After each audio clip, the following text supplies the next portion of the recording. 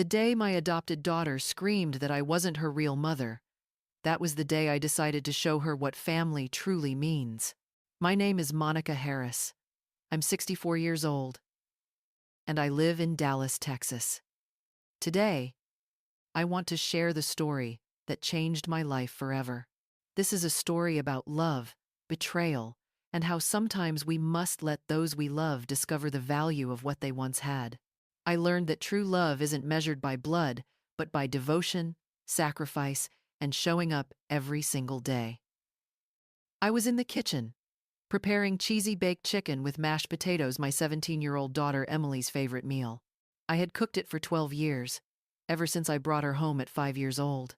Back then, Emily was a thin, frightened little girl with red, tear-stained eyes, clutching a doll with a broken arm and whispering, "My mom's coming back for me, right?" The smell of butter and garlic filled the small kitchen as I softly sang, "You are my sunshine," the lullaby I used to sing every night before she fell asleep. My routine never changed. I woke up at 5 a.m., brewed a quick cup of coffee, then drove to Mrs. Cooper's house, where I worked as a housekeeper until noon. After that, I'd rush home to make Emily's lunch before heading to Mrs. Miller's to clean and do laundry until 6 p.m. Life was exhausting, but I worked with love. Every dollar I earned went toward Emily's future. She attended St. Mary's private high school, with tuition that cost nearly half of my monthly income, but I never complained. I never let her know how much I sacrificed. At 17, Emily was glued to her phone.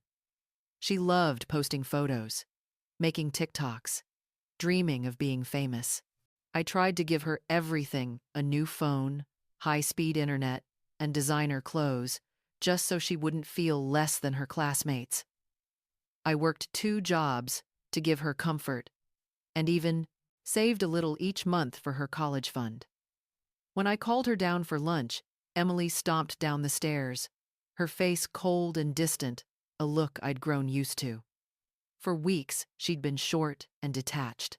I told myself it was just teenage moodiness, but that day, something in the air felt different. She sat at the table, poking at her food, eyes still fixed on her phone. I tried to start a conversation, asking about her history test, her classes. She barely responded. Then suddenly, she looked up, her eyes sharp with contempt, and said words I'll never forget. "Monica, you're not my real mom. My real mom came back, and I'm going to live with her." I froze, the ground disappearing beneath me. 12 years of sacrifice, love, and care, all reduced to one cruel sentence. Holding back tears, my voice trembled. "Emily, what are you talking about?" She stood up, threw her napkin on the table, and said coldly, "Lisa found me on social media. She told me the truth. You're just my adoptive mother, and that's not real family. She's my biological mom. She has money, a big house, and friends in media companies. She's going to make me famous. I don't need you anymore." Each word cut deeper than the last. I, the woman who woke up before dawn to cook for her, who skipped meals to buy her that dress she loved, who stayed up all night waiting when she didn't come home, was suddenly nothing more than a stranger in my own house. I steadied myself, tears spilling as I whispered, "Emily, don't you remember those early days? You were abandoned, terrified, crying for your mother every night. And I was the one who held you, loved you like my own flesh and blood." But she just laughed bitter, cold. "Pity isn't love, Monica. Now she's back and I'm going with her." In that moment, something inside me shattered. Not out of anger, but from a painful kind of clarity. It felt as if the fog had lifted, allowing me to see the raw truth that sometimes love has to walk away so the other person can learn to cherish it. I stood up from the table, gathered the plates still full of food, and quietly began washing the dishes. Emily stood there, maybe waiting for me to beg, cry, or lash out, but I said nothing. She went upstairs, And all afternoon I heard her talking on the phone, laughing, playing music, dragging her suitcase, folding clothes, preparing for her new life. Meanwhile, I stayed in the kitchen, washing one dish after another, wiping every plate clean, with only one question echoing in my mind. How can someone be so cruel to the person who loved them unconditionally? 12 years of sacrifice, erased by empty promises from a stranger. I looked around the house. Every corner was built for her. The pink bedroom walls I painted by hand, the bed I bought on a 12-month payment plan, the bookshelf filled with storybooks I saved penny by penny to buy, the small TV in the living room I saved for months to gift her on her 15th birthday, and the old Honda Civic I bought so she could drive to school worth 3 months of my wages. When night fell, Emily came downstairs with 2 suitcases and a backpack. She stopped by the kitchen door, her voice pretending to be gentle, but dripping with falseness. "Thank you for everything, Monica, but now I have to find my real family." I looked at the daughter I had raised, protected, and loved for 12 years, and felt a crushing pain tighten in my chest. But instead of pleading or crying, I simply said calmly, "All right, Emily. I hope you'll be happy." She froze, maybe expecting me to beg her to stay. But there was only one thought in my mind. If she wants to know what a real mother is, then she'll have to learn that lesson on her own. Emily walked out the door, and I remained in the silent kitchen, staring at her untouched plate. The cheesy baked chicken had gone cold. The mashed potatoes hardened, a symbol of what had just ended. It was the end of one chapter, but the beginning of something Emily couldn't yet understand. That night, I couldn't sleep. Lying there, staring at the ceiling, I thought about everything what I had done, what Emily had thrown away, and what I would have to do next. Because deep down, I knew sooner or later she would understand what it truly means to have a mother. After Emily left, I sat alone on the living room sofa, looking at the pictures on the shelf. Each photo was a fragment of memory. A little girl growing up surrounded by love, even if she never realized it.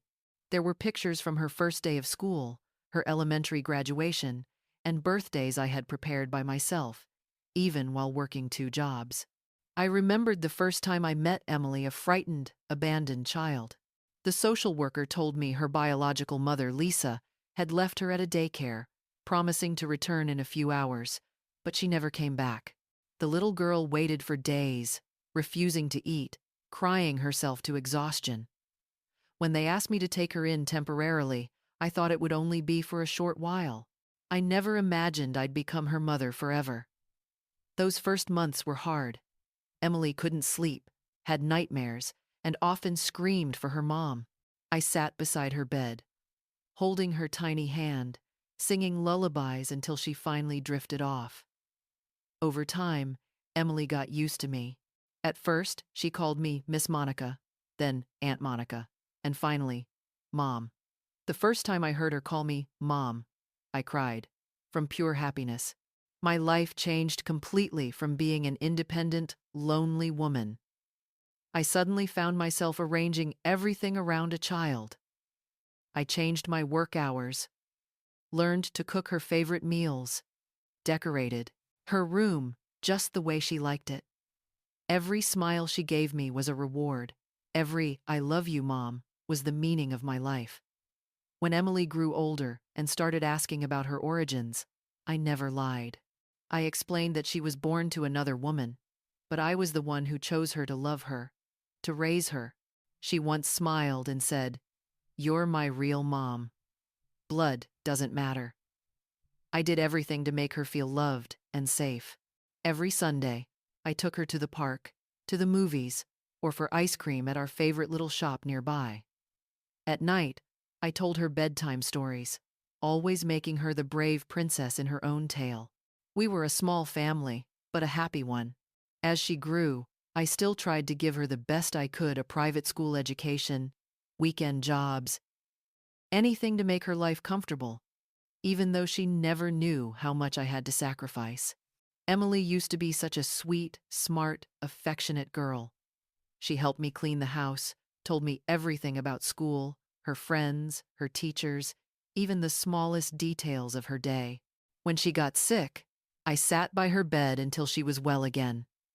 When she got in trouble at school, I was there to talk to her teachers. We were like best friends, a bond I thought nothing could ever break. But everything started to change when Emily turned 16. She began questioning my decisions, comparing our life to other families. She realized I worked all day and still didn't make as much money as her friends' parents. She didn't say it out loud, but I could feel it. She was ashamed of our situation. Then Emily became obsessed with social media, posting pictures constantly, counting likes, reading every comment. At first, I thought it was just teenage behavior, but soon it became an obsession. She could spend hours taking a single photo, then sulk if nobody paid attention.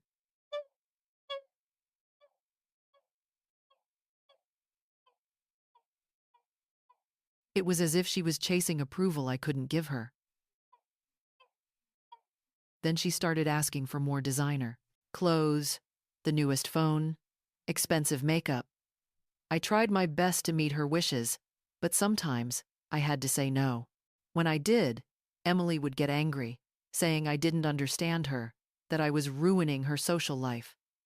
Those arguments tore me apart, but I stayed patient. Little by little, she grew distant.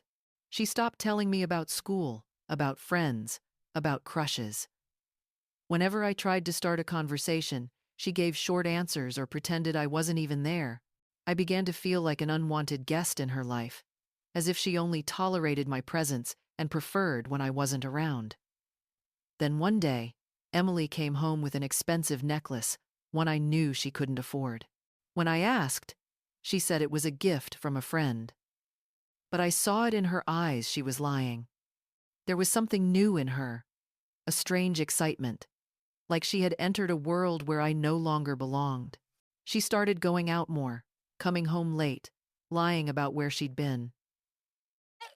Whenever I expressed concern, she said I was too controlling, that I didn't trust her. But deep down, I knew something was wrong. This wasn't normal teenage rebellion anymore. She whispered on the phone in her room. Door always locked. Whenever I came close, she'd quickly hang up. Her phone buzzed constantly with messages, but she never said who they were from. I realized someone had taken an important place in her life. Someone she was determined to hide from me. Then Emily began turning cold and cruel. She mocked my age, my lack of money, and the fact that I had never married. She said I was outdated, that I didn't understand the modern world, that she deserved more than what I could ever give her. Each word felt like a knife to my heart, but I stayed silent. She even started questioning our bond, why I never had my own biological child, why I chose to adopt her instead. Those questions, laced with sarcasm and doubt, cut deeper than anything. It felt like she was denying my love entirely. Then one night, Emily told me she didn't need me anymore, that she was old enough to take care of herself. She said I had fulfilled my role, but now she needed freedom. She thanked me for everything, then said our relationship made her feel suffocated. Those words tore my heart apart, but I forced myself to stay calm. I told her that my love wasn't a cage, that I only wanted what was best for her. But Emily just glanced at me and said I didn't understand her life, that I was stuck in the past, and she needed a more modern mother. That was the moment I realized I had lost her.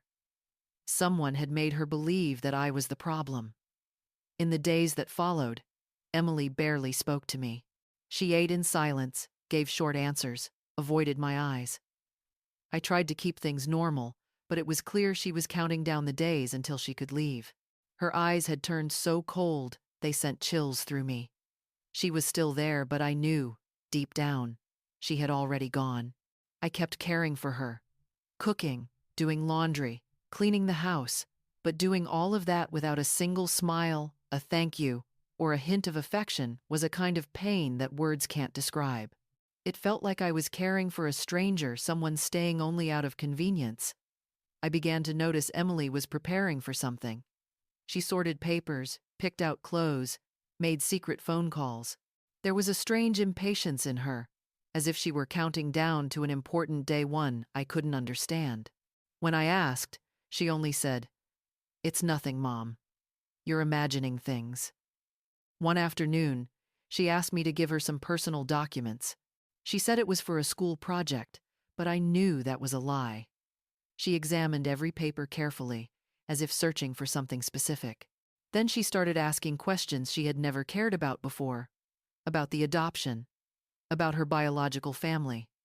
I answered, patiently, but I could see the doubt in her eyes, as if she was comparing my words to someone else's version of the story. When I finished, she simply said, "Now I understand everything." Then she picked up the stack of papers and went to her room without another word. That night, Emily didn't eat dinner with me. She said she wasn't hungry, but I knew she was avoiding me. I sat alone at the table, staring at her empty plate, feeling an enormous emptiness growing inside my chest. Even though she was still in the house, I felt like she had already left long ago. I realized all my efforts, every act of love, every sacrifice, every ounce of devotion, had been misunderstood. In her eyes, my love had become dependence, my care had become a burden, and my sacrifices were nothing but obligation. Someone was rewriting our story, turning me into a user, a woman who adopted for selfish reasons. Yet I kept trying, cooking her favorite meals, buying the things she liked, keeping the house just the way she wanted. Even as I felt her slipping away, I couldn't stop loving her or trying to hold on. A mother's instinct is stronger than reason. And then, that terrible day, came the day Emily told me the truth. When she mentioned Lisa, her real mother, everything suddenly made sense: the lies, the secrets, the coldness. Emily had chosen to believe in an illusion and ignore the reality of my love for her. Even after hearing such cruel words, I couldn't hate her. I only felt pity because I knew she was being deceived, and sooner or later, she would feel the pain of the truth. My heart was shattered, but there was still enough love left to wait for the day my daughter would realize her mistake. The next morning, I woke up with swollen eyes from crying. The house was hauntingly quiet, a silence so empty it hurt. For the first time in years, I didn't have to think about Emily's breakfast, her packed lunch, or what outfit she'd wear. It was a strange kind of freedom, painful, yet hollow. I walked to her room and gently opened the door. The bed was still unmade, the closet door left slightly open, a few clothes scattered carelessly across the floor. She had only taken what she needed, leaving behind everything I had worked so hard to buy for her. On the desk were half-open notebooks, papers, pens, and books piled in a mess. I sat down on the edge of the bed and picked up a small journal. Flipping through the pages, I saw messy handwriting about me. Why did Monica never get married? Did she adopt me out of pity? What did she get out of it? Each question felt like a knife to my heart. Someone had planted poisonous doubts in her mind, trying to destroy everything Emily and I once had. I closed the journal, quietly picked up the clothes from the floor. Even though I was hurt, abandoned, I couldn't stop caring for her. I folded each piece neatly, placed them carefully back in the closet, and straightened the bed, as if somehow, by doing so, I could keep her in this home, in my heart. When I finished, I went to the kitchen and made coffee. Out of habit, I set 2 cups on the table. It wasn't until that moment that I realized what I'd done. A lump rose in my throat. I put 1 cup away, then sat quietly, staring at the empty chair where she used to sit. Suddenly, the phone rang. An unknown number appeared on the screen. For some reason, I felt I had to answer. From the other end came a woman's voice. "Hello, is this Monica? This is Lisa, Emily's mother." My heart stopped. Finally, I was hearing the voice of the woman who had taken my daughter from me. Her tone was sweet, but so fake it sent chills down my spine. I just wanted to thank you for taking care of my daughter all these years. I know you did your best, but now she's back where she truly belongs with me, with her real family. Every word was carefully chosen, meant to cut deeper, to make me feel like nothing more than a temporary replacement in Emily's life. I tried to stay calm and asked, "How is she? Is she okay?" Lisa laughed, a sound so cold it froze my blood. "She's doing great. She's happy. You know, Emily told me you always tried to control her, that you never let her live her own life. But now she's free. She can finally be herself." A wave of anger rose inside me. Control? Me, the one who worked 2 jobs, who sacrificed everything to give her the best life I could? I took a deep breath and said slowly, "Lisa, you're the one who abandoned her when she was just a child. I'm the one who raised her, cared for her, and was there for every moment of her life." She interrupted, her voice impatient. "Look, Monica, I didn't call to talk about the past. You did your part, and I thank you. But now, it's over. Emily doesn't need you anymore. She has a real family now, people who understand her, and can give her what she deserves." At that moment, something inside me broke. It wasn't pain anymore. It was a cold, sharp clarity. I spoke, my voice so calm it even surprised me. "All right, Lisa. I wish you both happiness. But there's something you need to know. Starting today, I'm canceling every single expense for Emily. Her private school tuition, extra classes, health insurance, the car, and even the college savings account." There was a few seconds of silence on the other end of the line. Then she stammered, "What? You can't do that." I said firmly, "I can. Emily wanted to know who her real mother is, so let the two of you take care of each other. If you can give her everything you claim to, then this shouldn't be a problem, right?" Lisa started arguing, calling me childish, petty, and vindictive. But I hung up in the middle of her sentence. There was nothing left to say. If Emily wanted to learn what a real mother truly is, then this was the time for her to find out. In the days that followed, I did exactly what I said I would. First, I called the private school in Dallas where Emily studied and canceled her enrollment. The secretary sounded surprised and asked, "Mrs. Monica, is Emily transferring schools?" I simply replied, "I don't know. That's her biological family's concern now." Then I drove to a car dealership downtown, the one where I had bought a Honda Civic to give her for her 18th birthday. I explained that since she had left before her birthday, the gift no longer meant anything. The salesman tried to convince me to continue the payments, but I firmly refused. I canceled her health insurance, her language classes, and her gym membership. Finally, I closed the college savings account I had been funding for years. Each phone call hurt deeply, but it was something I needed to do. Not out of revenge, but to protect myself, my future, and the heart that had already been broken too many times. While taking care of all that, I couldn't stop thinking about Emily. Had she realized that life with Lisa wasn't the dream she imagined? Did she miss our dinners, the quiet evenings we used to share together? Part of me still hoped she would call, apologize, and want to come home. But another part knew she needed to learn her lesson on her own. 2 weeks later, my neighbor, Mrs. Peterson, knocked on my door. She looked worried and said, "Monica, have you seen what Emily's been posting online?" My heart tightened. I grabbed my phone and opened my daughter's social media page. The sight before me left me stunned. Emily had posted pictures of herself in fancy places, dressed in designer clothes, always smiling brightly for the camera. Under each post, she wrote that she had found her real family, that now she was truly happy. But I could see the falseness in every smile. That wasn't the Emily I knew, her classmates commented, asking why she no longer came to school. Emily replied that she had transferred to a better one. But I knew that was a lie. If she were really studying, she wouldn't be posting pictures in the middle of the week during school hours. Mrs.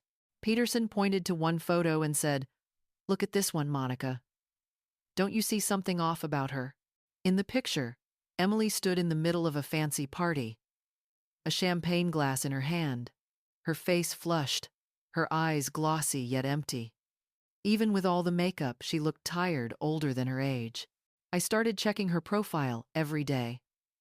I saw her going out constantly, a different place every night, surrounded by strangers.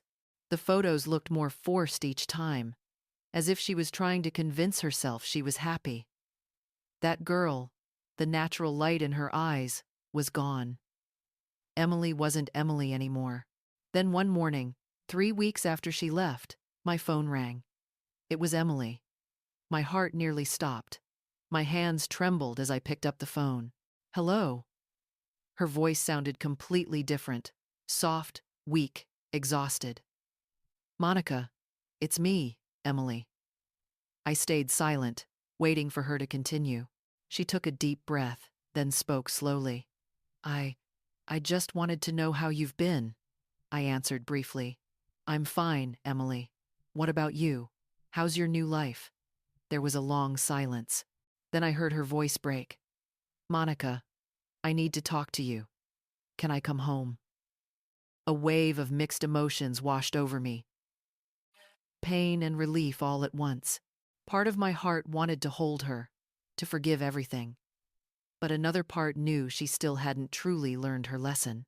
I took a deep breath and said, "Emily, you chose your biological mother, so now you have to take responsibility for that choice." On the other end, she began sobbing. "Monica, please. I need you. I really need you."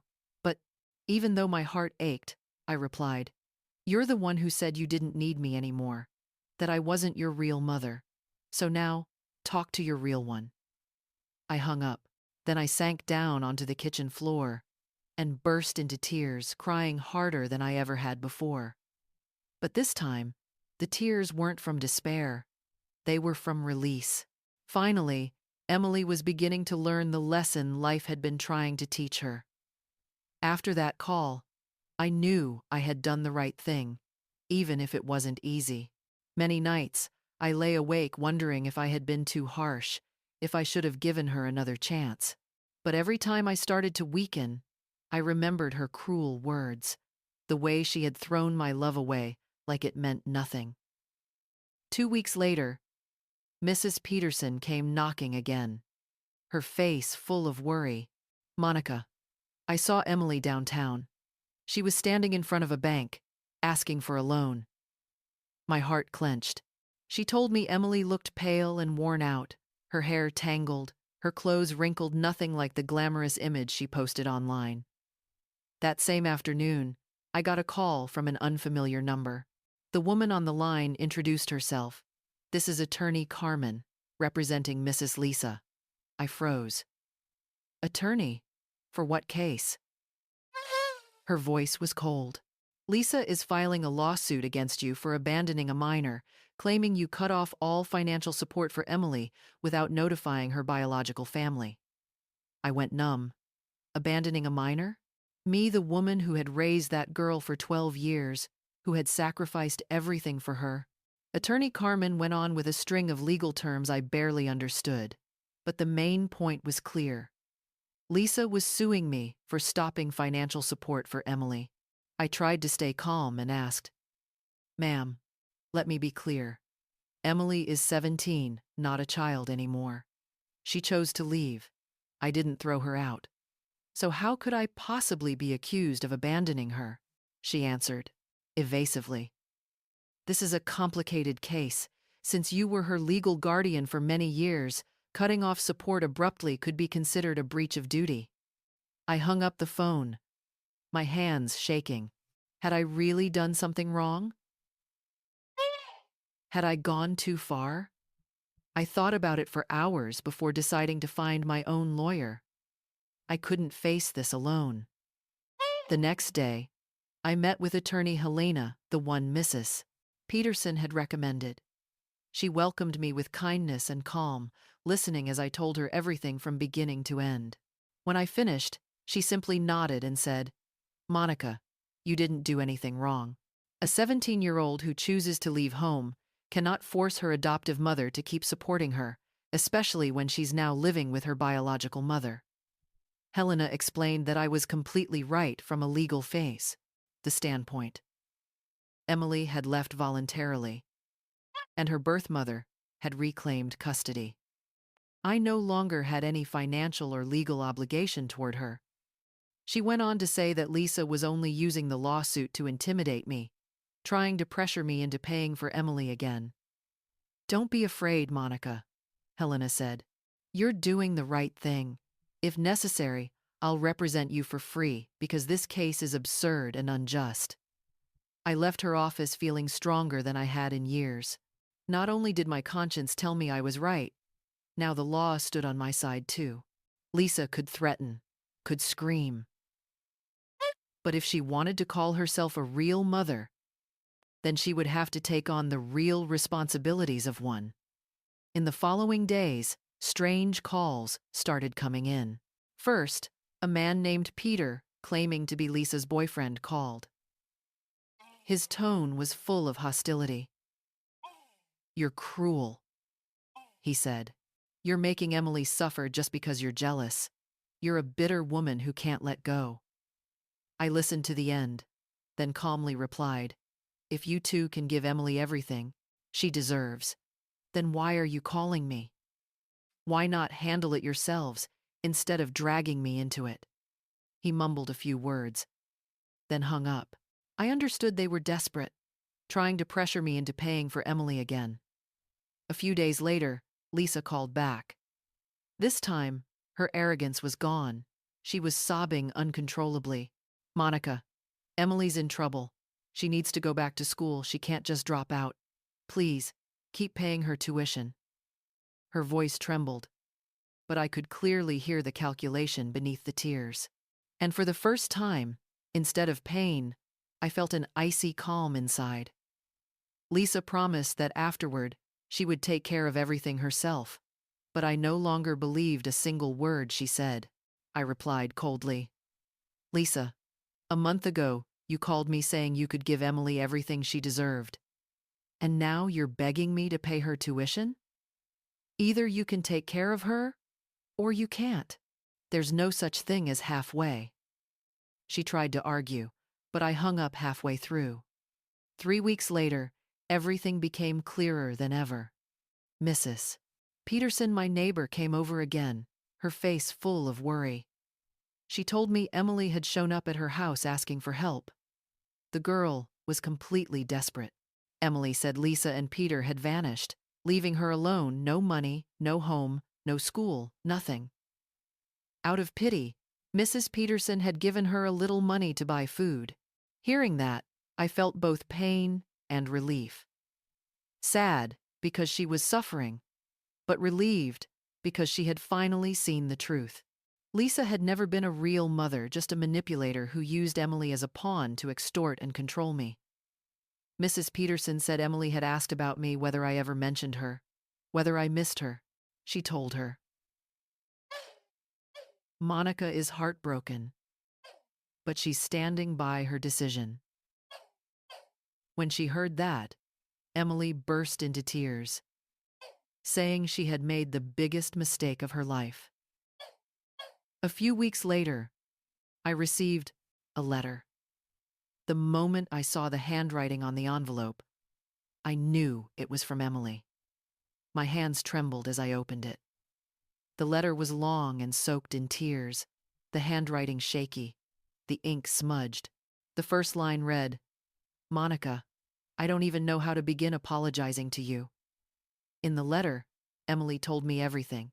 Lisa had contacted her through social media, using sweet promises to lure her in. She said you were controlling, that you kept me trapped, and that she would give me a life of freedom luxury, and fame.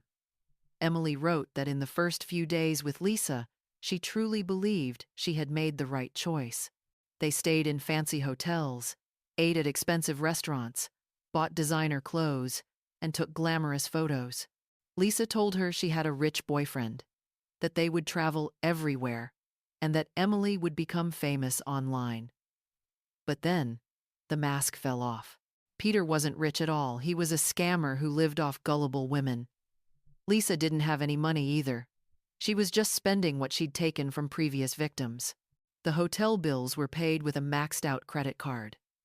When the money ran out, they were kicked out of the hotel and had to move into a run-down motel in a dangerous neighborhood.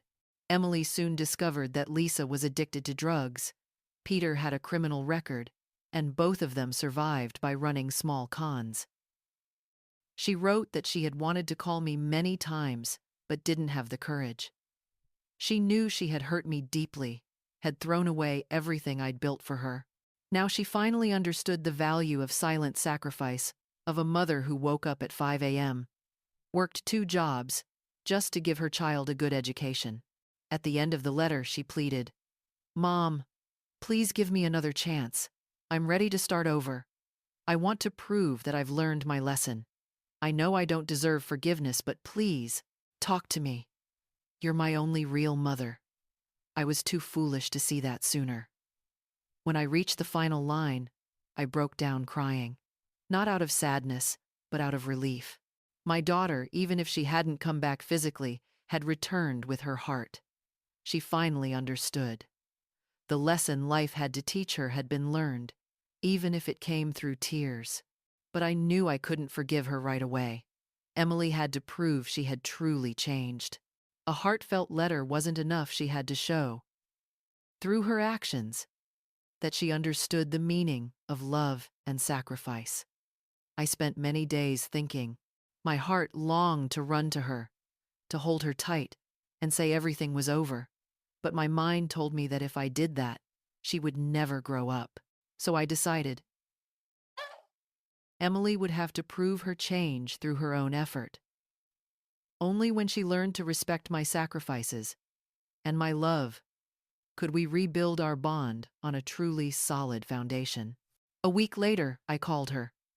The phone barely rang once before she answered, her voice trembling. "Monica, is it really you?" I replied softly. "Yes, it's me. I got your letter." She started crying. "Monica, I'm sorry. I'm really sorry. I was so stupid." I interrupted her, my voice gentle but firm.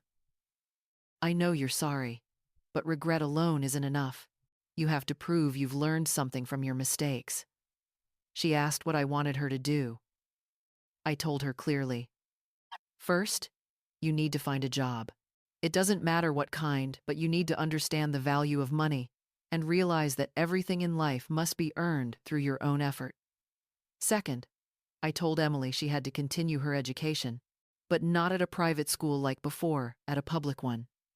She needed to understand that education is a privilege, not something everyone automatically has. Third, she had to apologize to Mrs. Peterson and everyone she had insulted or looked down on, under Lisa's influence. Emily listened silently, then asked, "After all this, will you forgive me?" I answered softly, "Emily, forgiveness isn't a reward for checking off a list of tasks. Forgiveness comes only when there's real respect between two people. You have to learn to respect me again, and I have to learn to trust you again." Emily nodded and said she would do everything she could to earn my trust back. But I emphasized that she couldn't come home right away. She had to take care of herself, to understand what it meant to live without my support. Only then would she truly appreciate this family. 2 weeks later, Emily called me, her voice full of excitement. She said she'd gotten a job at a small bakery. The pay was low, 8 hours a day, and she came home exhausted with aching feet, but for the first time in her life, she was earning her own money. Emily said she had never imagined how hard it was to make a living. that now she understood why I always came home so tired. She had also enrolled in evening classes at a public school. She told me, "Public school is so different from private school. The classes are crowded, the facilities aren't great, but I'll do my best to finish." She said she finally understood my sacrifices, how I once worked 2 jobs just to pay her tuition. Little by little, Emily proved she had truly changed. She called me every week, told me about work and school, never asked for money, never complained. Instead, she was proud that she could finally support herself. One day, Emily called me crying, but it wasn't the cry of despair. It was gratitude. She said she had found an old photo of the two of us when she was little. Looking at it, she saw the love in my eyes, the care and sacrifices she had never understood before. Now that she was older, she finally recognized their true value. 3 months later, Emily texted me, asking to meet at a cafe downtown. When I arrived, I was stunned. I barely recognized her. Gone was the arrogance, the smugness. In front of me stood a young woman, humble and sincere. She wore simple clothes, no makeup, her hair loose and natural. Emily apologized again, but this time it was different.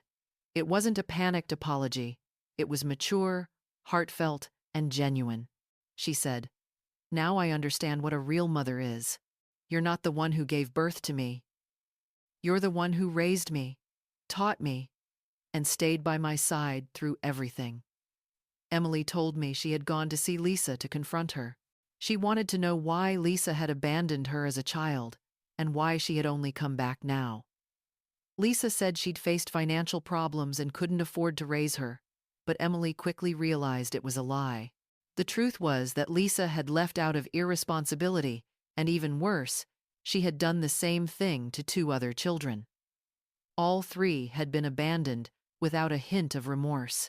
Emily realized she was never special to Lisa, just another pawn to be used and manipulated. During that meeting, Emily told her she wanted to come back home, but not like before. Not as a spoiled child who took everything for granted, but as a daughter who understood responsibility, contribution, and gratitude. She offered to help with household expenses using her own salary. I was moved to tears, but I stayed calm. I told her she could come back home, but life wouldn't be the same anymore. No more private school, no more personal car, no more luxury. Emily agreed without hesitation. She said she didn't want an easy life anymore, that she wanted to live a real one, a life with effort and meaning. "I've learned that the most precious things in life can't be bought with money. They can only be built with love and sacrifice." When Emily returned home, it felt like a completely different person walked through the door. She helped around the house without being asked. Even after long, tiring days at work, she smiled and stayed cheerful. At night, she studied harder than I had ever seen before. In just a few months, she seemed to have matured by 10 years. Even the way she used social media changed completely. She stopped showing off, stopped pretending, and began sharing the simple, honest parts of her life. Her job, her studies, and small, everyday joys. Emily said, "I don't want to live a fake life anymore. I just want to be real and grateful that I still have a mother." It wasn't like before, it was something new, stronger, and more sincere. Emily began to respect me in a way she never had before. She appreciated every gesture, every sacrifice, every moment we shared. One day, Emily said something I'll never forget. "Monica, it took me far too long to realize this. You didn't adopt me because you were lonely. You chose me because you loved me, and that love is what saved me, even when I couldn't see it. Today, when I look back, I know I did the right thing. It wasn't easy, and it wasn't without pain, but it was necessary." Emily needed to learn that real love is not about giving someone everything they want. It's about giving them what they need to grow. Sometimes, the greatest act of love is saying no, is letting the person you love take responsibility for their own choices. Our family was rebuilt on a stronger foundation. Emily learned to appreciate me, and I learned to trust her again. This isn't a story about revenge. It's a story about growth and forgiveness, and love, even when hurt, even when tested, always finds its way back, if it's real. Later, Lisa tried to file another lawsuit, but Emily was no longer afraid. She said, "I'm not scared of a woman who spent her whole life running from responsibility.